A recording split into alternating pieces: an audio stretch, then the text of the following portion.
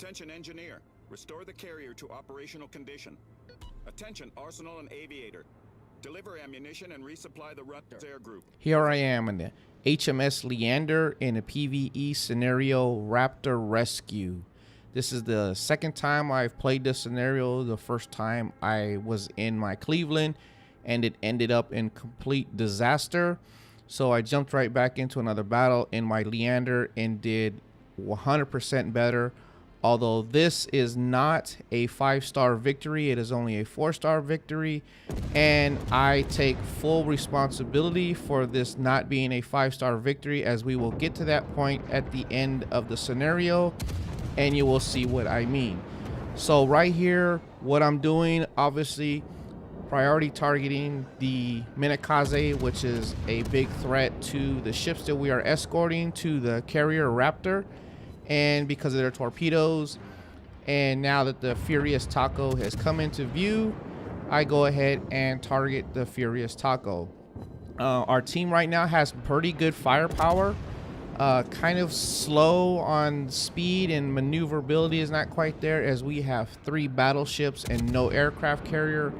Although that is not necessarily a bad thing, because the battleships in this team actually do a pretty decent job, considering they're a little slower and not as maneuverable. As you see, we have a New Mexico and then 2 Warships, so that we do have quite a bit of firepower with myself and the other cruiser, the Perth, and then the Nicholas. We start this off pretty good. Obviously we don't get the 3-ship kill in less than a minute, but that's okay, not a very big deal, as there are plenty of opportunities to make up for that in the rest of the match. So what I'm doing right now is I'm starting to head down the 7-8 line, because I want to intercept the second wave of ships coming in, and also go down and take care of that carrier, as one of the secondary tasks is to kill the 3 enemy aircraft carriers in the match. And in my last game with the Cleveland, I was the only ship that came down here, and I got into the furball with the second wave pretty much solo. I lived through it, destroyed the ships, but I couldn't do anything versus the carrier and its escorts, and I ended up burning to death. There was nothing I could do. And even before that happened, somehow one of my ships on the team had died by that point. So this time around, see, now this is only my second time in this scenario, I'm taking a slightly different path than I did with the Cleveland. Although I do know that with the Leander, I obviously have smoke and a heal, and I counter torpedoes a little bit better than I did my Cleveland, because I would have to use my aircraft to spot torpedoes, and here I have hydro. The only downside to this match is we don't have a carrier to spot targets at a distance, but that's okay, because in the scenarios you pretty much know where the enemy ships are coming from.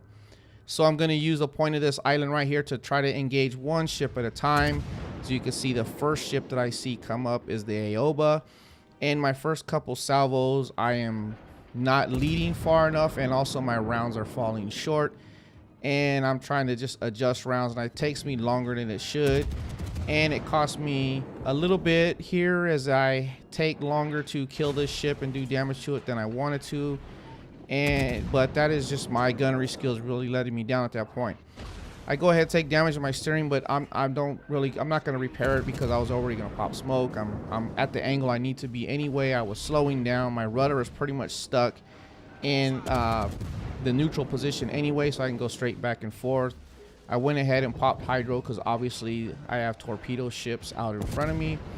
But as you can see, I have my 3 battleships. Well, 2 of the 3 battleships are pretty much clumped together around the aircraft carrier we got to escort, and they're actually doing a pretty good job of fire support. And I get that kill on that Aoba. Now I have the Kuma coming up. I'm going to go ahead and launch torps at the Kuma.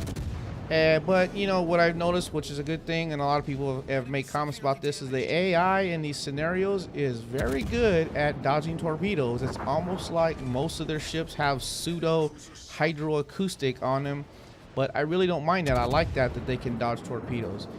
They're actually better at dodging torpedoes than a lot of real players are in random battles. You launch a spread of torpedoes here at a ship that's going in a pretty much of a straight line, and by the time your torpedoes get halfway to target, the ship has changed speed, changed directions a couple times, and completely thrown your torpedoes off, and you know, it's a complete miss. Some players can't even figure that out in random battles after 2,000, 3,000, 4,000 battles. And anyway, again here, one of the drawbacks of the British cruisers, no HE, so I'm dealing with AP only at an angled target moving away from me in the Mayoko, and it takes longer to kill it than I want to. I'm trying to be one target at a time, which is a strategy that pretty much you should use as much as possible. I knew that these torpedoes were going to be in the water by the way the Mayoko maneuvered. I was just hoping I would catch a wind of them pretty soon, but because my rudder was in the neutral position, I didn't have to swing it from one side to another because I already pretty much knew that was going to happen. But the drawback to having AP only is you do very little damage to these angled targets. But the Mayoko is go ahead and is making a mistake and opening up a little bit, although it's still kind of hard for me to do some damage to it. And once again, taking longer to kill this ship than I wanted to. As you can see, I'm down to 50% health, but I am getting good fire support from my battleships that are to the north of me. And now I'm swinging my ship around because this Minakaze is priority target number 1. I have a Warspite that's coming in, and the Minakaze is a threat to the Warspite, as the Warspite is pretty maneuverable but slow. It's kind of a hard, it's kind of interesting to say that together, slow but maneuverable. But it's a threat to my Warspite. I need to keep the Warspite in the game. So the Minakaze is my primary target, as I will go and start shooting at the Minakaze right here. My first salvo does pretty decent. I'm not really worried about torpedoes being in the water right now because of this angle that I'm at. And the Minakaze goes down super fast. And now my next priority is to help protect the Warspite versus these torpedo bombers. But obviously the AI dropped on my ship and not the Warspite. That is perfectly fine with my AA going, his AA going, and the AA for the other cruiser. We pretty much handled all of its planes, and this enemy CV is not going to live long enough to be much more of a threat. There you go. I saw those torpedo bombers coming in, went ahead and continued to turn, and they dropped. He dropped the torpedoes just how I thought he would drop, and it was an easy dodge. Now we just have this Kuma to deal with, and again, another torpedo ship. So again, I'm sizing them up, getting my torpedoes ready. I'm going to put a spread in the water. But because it's an AI ship, I assume that right now somehow it's detected the torpedo launch, which seems to be what the deal is with the AI ships. But as you can see, the Kuma's engine was out, and I got a escorted Citadel on it. There's torpedoes incoming. My destroyer went down. I'm guessing that the Kuma was firing on the destroyer. I'm not sure why the destroyer rushed out in front like that. It should have let myself with a Warspite be the attention of that Kuma, but he paid for it. But he was down here trying to do some damage, and there you go. The Kuma easily dodged the torpedoes. It looked fairly close, but it was an easy dodge. Like I said, the AI, just like a lot of people say, is really good at dodging torpedoes. And the Kuma goes down. So now I want to do full speed, head back in that northeast direction to intercept the fourth wave of ships. And right now I was thinking we're a little bit behind. We should have already had dealt with those other ships 30 seconds to a minute earlier, but luckily the Perth is up here providing good fire support for the escorting ships on the Matsuki, and also the battleships are up here, and we have a good concentration of fire going on. As you can see, this Matsuki is taking fire from every direction, and it goes down really fast. Good shooting on my teammates' parts right there. Right now I'm thinking I need to get close to the Liberty ship to get some free healing off because I've taken a lot of damage. I've used one of my heals already. I'm waiting for it to come off cooldown because I know that the last wave of ships is going to be pretty close up to personal battle, and I want to have as much health as possible for when that starts. So right now I'm just trying to get into the green circle for the Liberty ship to take advantage of some of the healing. But right here I'm noticing that the Kuma is kind of just barreling down a little bit real close, and then the Minakaze pops up, and I don't want this Minakaze to get off a torpedo strike on my escorting ships that we're taking, the Bogue right here and the Liberty ship that's off to my port side. So what I'm planning on doing, and I hope it works, I think it works, is I'm going to cut between them and I'm going to pop hydro. I'm hoping that the AI ships, it helps the AI avoid torpedoes. At least that's what I'm hoping for, because although the enemy surface combatant ships dodge torpedoes pretty well, the ships that you're escorting, the Liberty ships and the aircraft carrier, from what I noticed, they don't dodge torpedoes very well. It's almost like they need the same type of help that you would try to give your teammates in a random battle. And right there, I'm taking fire. I think it might have been I'm not sure where that round came in from, but I'm pretty low in health. And again, I'm like, my point right now is I'm gonna try to get into the healing circle of the Liberty ship for the second time. But I got torpedoes in the water from the Minakaze, so I'm going ahead and keeping my turn to port going so I can stay completely out of its arc of fire. But they should be running out any second now. The New Mexico is actually turning into them as I'm turning away. And I managed to get into the repair circle for a little while to get a little bit of free healing. And there you go, the Minakaze torpedoes run out. So right here, we're down. We lost 3 ships, although it's myself and the Leander, but I still have the 3 battleships going. And the 3 battleships are pretty healthy.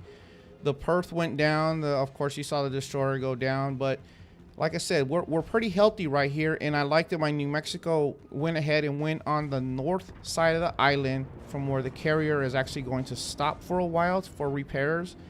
And he is going to do a pretty good job of getting the enemy to focus attention on his ship while dealing damage. And right here, I'm doing what I've been trying to do 2 times now, which is get some free healing off of the Liberty ship so I can get myself healthy to go ahead and mix it up with these last enemy ships. So I got the Minakaze in range, and I'm going to go ahead and just start trying to get rounds on target. I pop smoke. I honestly didn't do it for the Warspite. I didn't even notice he was coming that close to me. To tell you the truth, I was kind of zoned out at this point. And I didn't notice it, but that's okay because the Warspite he's moving in. He's actually, I think, targeting that last aircraft carrier, which is fine. I'm gonna go ahead and target that Minakaze. This is kind of a long range shot, a little bit hard to pull off, but you see my rear turns go ahead and just put holes into this island. So I'm gonna go ahead and move forward. I kind of want to stay in the smoke a little bit, but because I know the way the AI works here, with the New Mexico sitting out there, I am not going to be the target. And then, of course, I get targeted right away, which I think is funny with the New Mexico there. So, my plan is here is the New Mexico is facing 2 torpedo ships. He's pretty healthy and he's starting to move, but I'm actually going to play a little bit of destroyer tactic here with my Leander, and I'm going to put myself between the enemy ships and the New Mexico for some torpedo screening for the New Mexico, because I want to try to keep my teammates alive in this as much as I can. And obviously right now, all of a sudden, I become the priority target for the Kuma, the destroyers firing at me, which is fine. I got 2 heals. I can heal myself up. I can maneuver pretty hard. And that Kuma's stopping and slowing down and making my shots easy. As you can see, I get a Citadel off of him, but then I see the Congo coming over here, and I go ahead and line up some torpedoes. Again, fully expecting the Congo to dodge all of these torpedoes. But as you can see, the Kuma went down to that last salvo. I fired at it, and I didn't even notice how many Citadels I got on it, but I'm up to 15 right now. And right here, again, just trying to get myself in a position to provide some AA support for my battleships for those torpedo bombers coming in. But the Warspite is paying attention, which he's been doing that the whole match. He knows what's going on, playing a good game. The enemy battleship that I was worried about that was off to the starboard side went behind an island, and I scored 3 torpedo hits on this Congo, and I wasn't expecting to do that. But as you can see right here, the Congo had started turning away at the worst position when my torpedoes were in the water. But right here is where I kind of lose a little bit of situational awareness on what's going on with my team's deployment. As you can see, we missed out on 2 star opportunities so far. So now we got to get the rest of them. And one of them is at least one of our ships has to beat Raptor into the exfil point. And at this point, I'm really not paying attention to that. I'm trying to get this Congo down. I'm going to pop smoke. I'm getting, you know, taking a lot of damage. But I got a heal coming up. And I just want to survive right now and try to kill this Congo off as fast as possible. And then I see the third aircraft carrier coming in. And I'm like, okay, we definitely need to kill the aircraft carrier, as that is one of the requirements for a star at this point. So I'm backing up. You can see I only have 3,100 health. I've taken a lot more damage than I want to, but luckily I'm in smoke. And I have 20 seconds for the heal to come down. So right here, I'm you know, targeting the enemy CV, get the kill on it, get 2 Citadel hits. And right here, I should have went full speed, full throttle, got myself into the exfil circle, and this would have been a 5-star victory. But right here, I'm focusing on, I'm tunnel vision on this Congo, which I shouldn't be. This is something you should never really do. Don't get tunnel focus on things because you will miss what's going on. I didn't even notice the torpedo bombers coming in on me. And right here, all I'm concerned about is trying to get an unnecessary kill. And I'm going to cost myself a 5th star on this. And right here on the map, it appears that the Warspite may or may not be in a circle. And I kind of start noticing this right now. And again, assumed without looking at him that he was in the circle. Didn't look, put in chat, hey, that's 8 kills. I started going full speed. And again, right here, I think I might have had a chance to beat the Raptor into the circle, but for whatever reason, I'm not even sure what I was thinking. I did a hard turn to port, and there goes the Ranger, well, Raptor, and it's going to cross into the exfil point first. And that is going to cost our team a 5-star victory. Actually, I take the responsibility for causing our team a 5-star victory. So if any of the players out there who are watching this or in this team, in this match, you know, I take full responsibility for that because I lost situational awareness of what was going on in the map. As you can see right here, coming up, victory screen, Raptor Rescue, only 4 stars. Look at the check mark. The X mark is outrun Raptors to the exfil. 186,000 damage, 17 Citadels, 8 kills, 3 torpedo strikes, 227 hits. But it still was not a 5-star victory.